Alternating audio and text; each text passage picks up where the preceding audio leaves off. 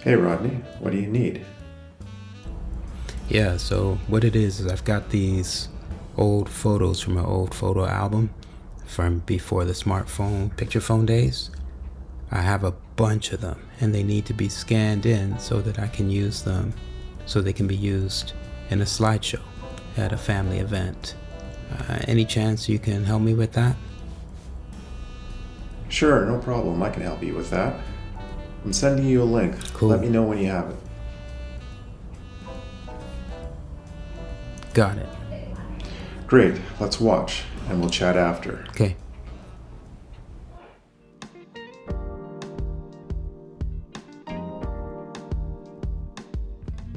First, make sure the scanner is turned on by checking the green power light on the front of the scanner and pressing the power button shown here if it's off. Now is a good time to check over the scanner glass to make sure it's clean. For small photos from slides or film strips, a small smudge or piece of dust can end up covering a large portion of your scanned picture, so spend some time to make sure the scanner and your pictures are clean. If you're scanning printed photos, leave the document mat in place. If you're scanning transparent media like film strips or slides, you'll need to remove the document mat from the lid of the scanner so it can shine light through your picture. Push in the mat and gently slide it up, keeping it secure. Now to the computer, which you can log into using your library card. Double-click the scanning software icon on the desktop. Once the Epson scan software is opened, make sure the mode setting at the top of the window is set to home mode. Next, we need to tell the software which type of media we're scanning. Using the document type setting near the top, you can choose different types of media. For printed photos, choose photograph. For slides, choose positive film. And for film strips or other negatives, choose color negative film. Now we can choose the resolution of our scan. This will adjust the amount of detail the scanner will capture.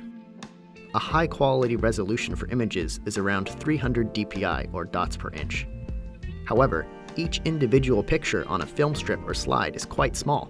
To enlarge your pictures on film strips or slides, multiply 300 dpi by the amount you want to enlarge your picture. For example, 300 dpi times 8 is 2400 dpi. So you can use that setting to make your scanned picture 8 times larger. Once those settings are entered, do a preview scan to make sure everything is lined up properly by clicking the preview button. For this example here, we're scanning 4 slides, which the software has split into 4 separate images for us.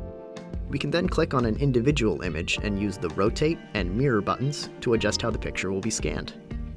The software will automatically add a marquee or crop for where it thinks the picture is on the scanner.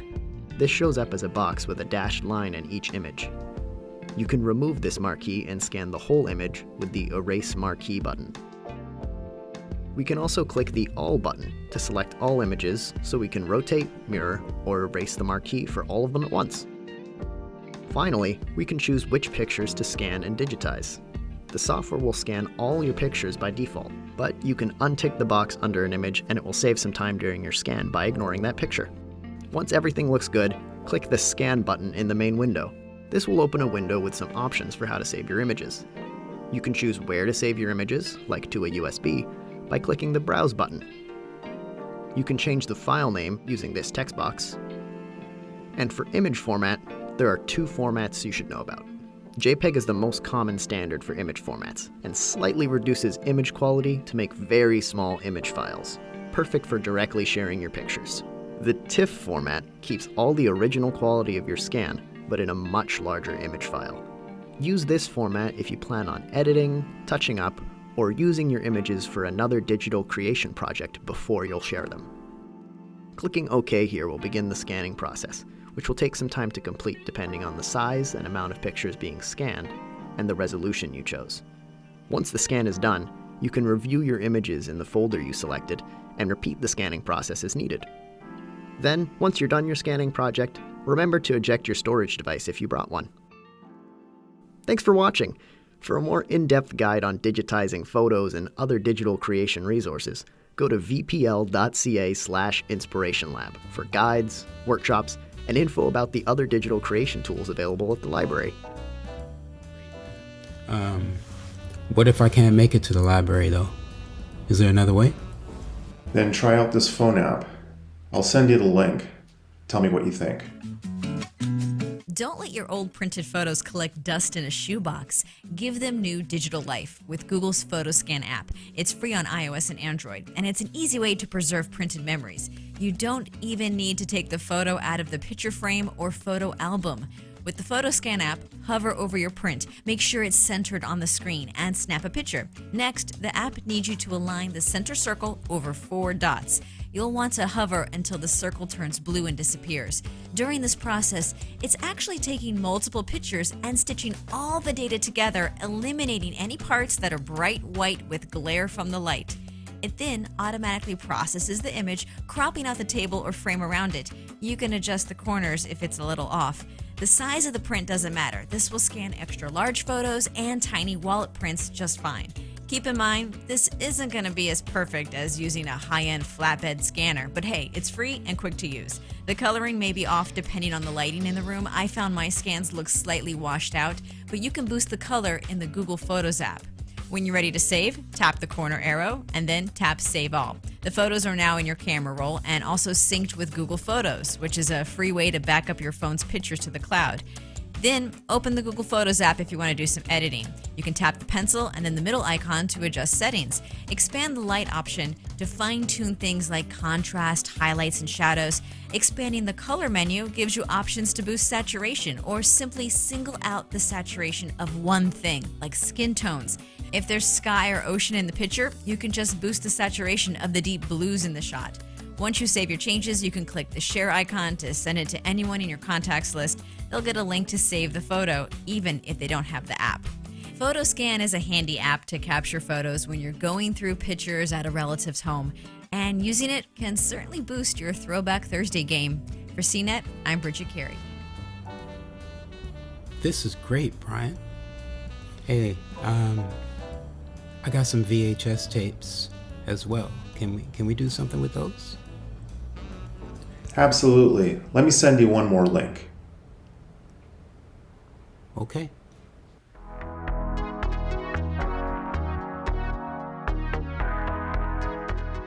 You can digitize your VHS tapes in the Inspiration Lab. The digitization will take place in real time, so 1 hour of footage takes 1 hour to capture. Be sure you are logged in so you can access the software. To get started, double-click the CyberLink Media Suite icon on the desktop. Next, click on the Video tab and then the Advanced Video Editing option. Next, click on Timeline Mode and then the Capture tab. The Inspiration Lab does not provide storage for projects, so you need to make sure you have a way to save your files. To choose where to digitize the file to, click the Change Folder button and navigate to your storage device. For the software to capture the footage, the VCR needs to be playing the VHS tape. Hit play on the VCR and the footage should show up in the software. To start capturing footage, click the red circle on the left below the playback window. This starts the digitization process. Clicking this same red circle again stops the digitization. Note the information in the recorded video length field. When you are capturing, this number will be moving, and when you have stopped capturing, this number is still. As soon as you stop capturing the video footage, a window pops up asking you to name the file. You can name it now or rename it later, but it helps to keep track of things if you give files a name which describes the footage and is something you can still understand later. You can either record one long capture or a number of shorter ones. It's up to you. When you have finished digitizing, you can stop the VCR. When you have finished transferring your files, remember to eject your storage device before unplugging it. Remember also to bring your storage device and all your tapes with you when you leave. Thanks for watching. Check out more of the library's free digital creation resources by visiting vpl.ca/inspirationlab, where we have guides, workshops, and information on other digital creation tools at the library. Wow. This is great, man. I really appreciate it. I'll do what you say, as you said, and I'll get back to you and let you know how it went. Hey, Brian, I went down to the library, and the photos look great. Like, they really do. And the ones I tried with the app, those look great, too. One more thing. What if I want to keep and store them somewhere, and also be able to share it with people afterwards? Great question. Here's one place I found. Let me send you the link. Let me know if it works for you. Awesome. Thanks, man. You're a lifesaver.